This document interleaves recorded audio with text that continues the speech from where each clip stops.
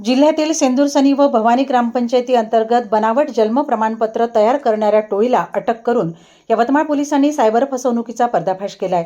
या प्रकरणात पोलिसांनी 4 आरोपींना बिहार, उत्तर प्रदेश आणि मध्य प्रदेशातून अटक केली। ताबिस असगर, संतोष रमाशंकर गुप्ता, प्रसून कुमावत आणि शरद जयस्वाल राहणार मध्य प्रदेश असे अटकेतील आरोपींची नावे आहेत। यवतमाळ जिल्ह्यातील सेंदूरसनी व भवानी ग्रामपंचायतीच्या CRS पोर्टलमध्ये अनधिकृत प्रवेश करून मोठ्या प्रमाणात बनावट जन्मनोंदी तयार करण्याची घटना उघडकीस आली होती।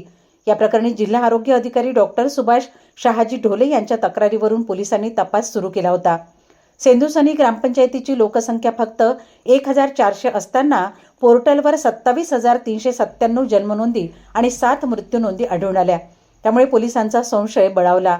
सायबर फसवणुकीच्या तपासात तांत्रिक पुरावे मिळवून आरोपींना पकडण्यात यश आले। आरोपींच्या दिलेल्या माहितीनुसार बिहार, उत्तर प्रदेश आणि मध्य प्रदेश येथून 4 आरोपी पकडलेत। आरोपींना ताब्यात घेतल्यावर पोलिसांनी मोबाईल, लॅपटॉप आणि इंटरनेट राउटर जप्त केले। आरोपींना न्यायालयात हजर केल्यानंतर 20 जानेवारीपर्यंत पोलीस कोठडी रिमांड मंजूर केली आहे।